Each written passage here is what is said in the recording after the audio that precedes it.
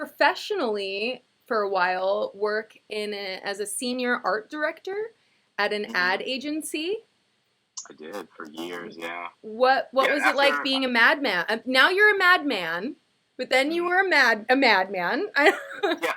You know what it was? It was the same exact feeling with infinitely more letdowns. It was just constantly trying to be creative and constantly try to either make people laugh or reinvent things or entertain or communicate or whatever. And then at the end of whatever the cycle is, having the client go, Can we actually just make a big logo on the screen? And then you just wasted, whatever, your 80-hour work week on nothing. Ugh. So, what were some of the ads that you were? What kind of products were you like? Or did you have any creative ad ideas that didn't come to fruition that you would like to share with the class? Tons, but I can't. I'd have to look in my little books to remind myself. A lot of it, at the time when I left, I was doing everything I could to forget about what had happened because I was in not a super happy place when it was coming out of there, and but we were doing a lot of cool stuff too. We were doing a lot of sports advertising at the time. We were doing beverages and stuff like that, but it was good while it lasted, and then it just took a turn. And then actually, so the whole industry was really taking a turn at the time anyway. So it's not like we were the only ones. We just happened to be the ones that were supposed to be the fringe group that got away with everything, and it was real obvious that was just kind of becoming a front. Because the world wanted to be safer, and people didn't have the ad budgets the way they wanted to claim they did. So you take all that out of the equation, and why are you busting your ass? Why don't you just give them exactly what they want? Yeah. So when that happened, it was time to move on. I could see how that is relatable to the lifestyle of a touring DJ. Yeah, exactly. At least with touring DJ stuff, the running joke is a little bit more funny and less sad. Yeah.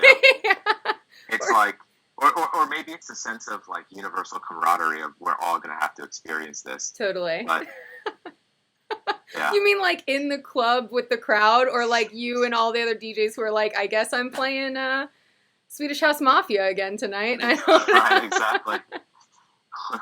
Boy, Scottsdale's fun, huh? No shade. Shout out Scottsdale. Thanks for all the support. We love you. Good night now. Yeah, exactly. Who are more insufferable, just know they're cool? Advertising people or DJs?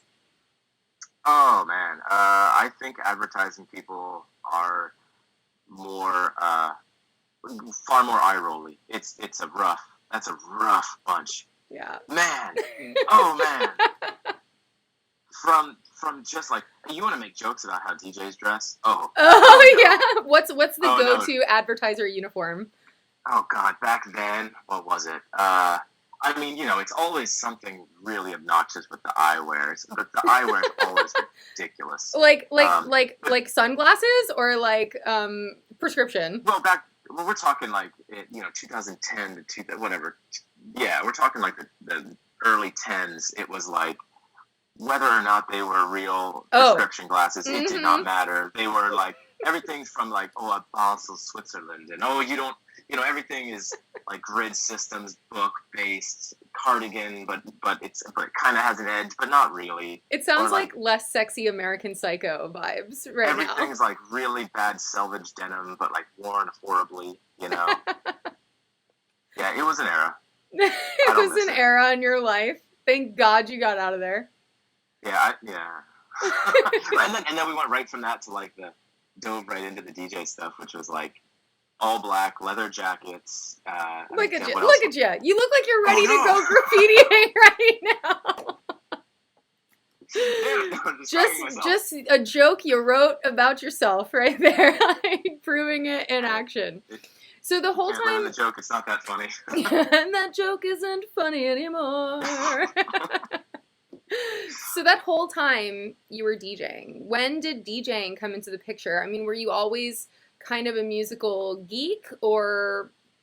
I was always playing instruments. So I used to play guitar and bass and was in bands and making, whether it was punk or making beats or rapping or whatever it was. And then, did you ever do rap rock? No, I'm so proud that we had the foresight to like have a clear division in between.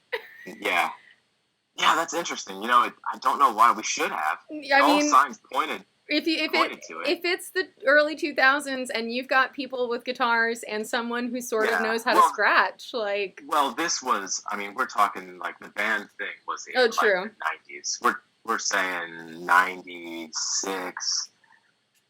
95, 96, and then the DJ Beats thing started like 97, 98, 99 maybe.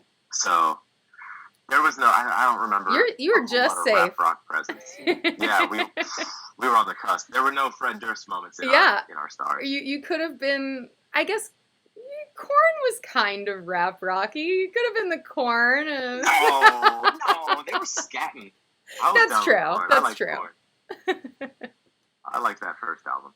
Me too. The one with the weird like play on the children's song. Yeah. Yes. Oh yeah. Yes. Yeah.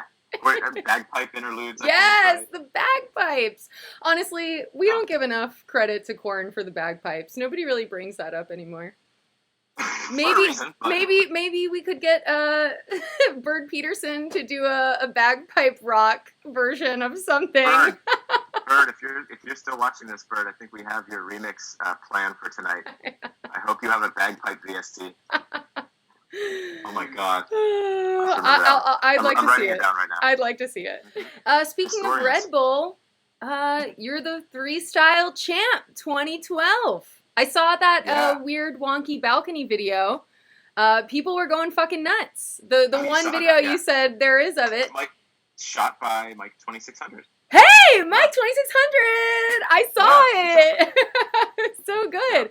Well, I mean, people were absolutely, I mean, it felt to me, even just watching that video, that they were all eaten out of your hands. Like, every time you dropped a sing-along, people were singing along, and I didn't see the whole night. Was that kind of how it was for everyone, or was there a sense when you were performing that you were like, I got this? Like, well, that was the end. That was the final battle of a week-long series of battles, and I lost the one early on in the week. Oh, so you didn't have to like win every single consecutive one, and then they brought me back in as a wild card. So each time you get 1 or 2 wild card spots, and so I got lucky with that one. It was one I had to go up against somebody really good in the early one. Yeah, you know. So it's like a 1-1, and then you go, and then like damn. Yeah.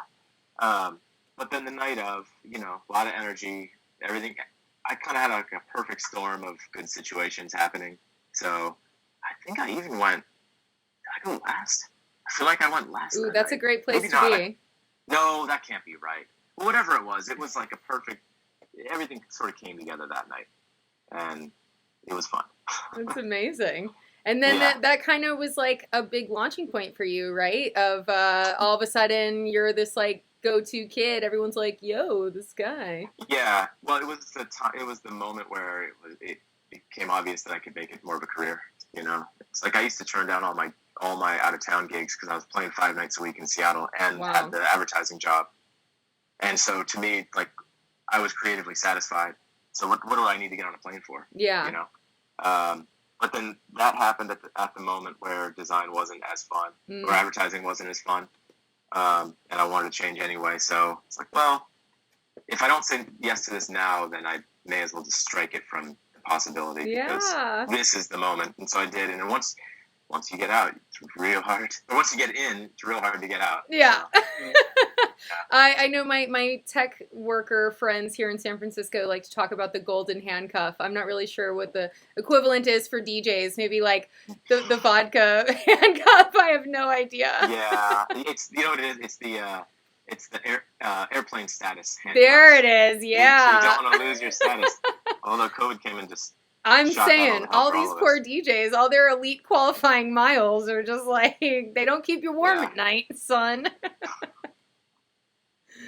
Oh, God. When you quit your big boy ad job, did you have like a pretty nice like mic drop moment, or did everyone just like be like, absolutely what? You're quitting to be a DJ? Like, we'll see you. No, it was like what do they call it, like the Irish goodbye or whatever. It was real like I told my boss I needed to leave for a week, and then I came back and they had heard that I won, and he just saw it in his face when I walked in the door. He knew. He was like, congrats, but what does that mean? What Yeah. does it mean? And I told him, hey, give me like a month just to go out and like see what this is like, and then I'll come back. And he's like, yeah. So you yeah. have fun, kid. Congrats. Yeah. You made 2 it. months later, You're a big star. they eliminated my position from the company when I left anyway. It's not like somebody filled my Oh, spot. okay, yeah. Well, how They could were they? like, we couldn't afford you anyway. So They're like, be thank gone. Christ, yeah. Jim, your job is saved. All right. Yeah, exactly.